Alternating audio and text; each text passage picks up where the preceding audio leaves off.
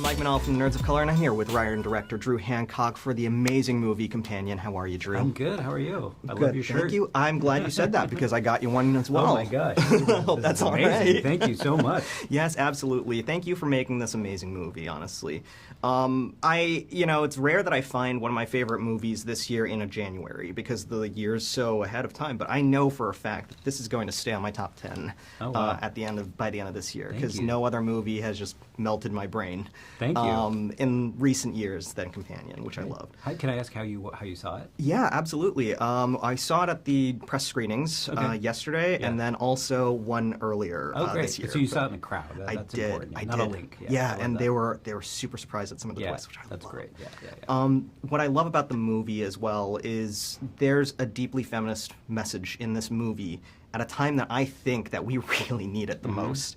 And I have to ask you, as a writer and director, how do you approach these kinds of themes when there's so many critics out there willing to already kind of skewer it for being woke or whatever? Yeah, no, that's a great question. I mean, like, I wish that the timing was, like, planned, but I mean, I started writing this movie 4 years ago. I finished writing it 3 years ago.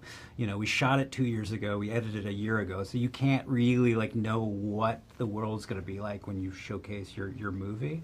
But, it's like dealing with themes that have been around for a long time. And like the thing that I find the most relatable about the story is that this is like the story of someone realizing they're in a toxic relationship. And I don't think that's an inherently feminine thing. It's just a human thing. We've all been in relationships before where we feel like after, it's ended, we're like, oh my gosh, how was I ever with this person? Like, I feel like I was programmed, For us, it was a metaphor for she's literally programmed. But yeah, like I think you don't approach it like wanting to judge anyone or like tell a story that hits anyone over the head with a theme. It's just like, let's make relatable characters in a realistic setting and play around with them and yeah, I think that's what hopefully works with the movie. It really did for me. It Thank resonated you. with me super deeply. Great. And honestly, I just saw the speech that Iris gives Josh at the dinner table at the end. It was something that I was just like, get it. Get it. Yeah. Which is funny because she can't lie, so it's all truths. Yeah. I have to say, and I don't want to spoil the big twists for people because there's so many here that are just mind-blowing.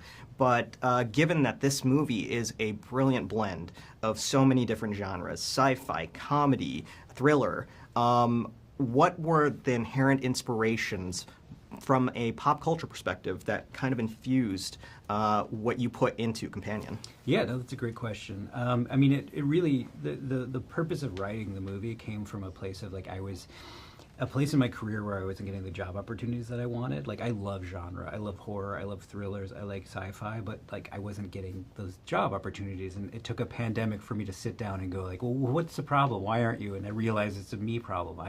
I didn't have a writing ensemble that reflected the types of movies that I like. So this became like an exercise in, can I write genre? And I think looking back, the reason there's so many tones in it is because maybe this is the last thing I write that people read. So I just threw everything that I love into one movie to see if it works, and hopefully it does. Yeah. I love that. As a first-time, really cinematic filmmaker, this is such an impressive debut. Thank you. And I have to ask, I mean, have you thought about what your next projects might be after this? Yeah, I mean, I want to stay in the space. I love, anything with serial killers, ghosts, robots. Like, I love that. I don't want to be known as the robot guy after this, because I think that's an easy box to be put in. But, it has to have that horror bend, I think, for me to be attracted to it. So I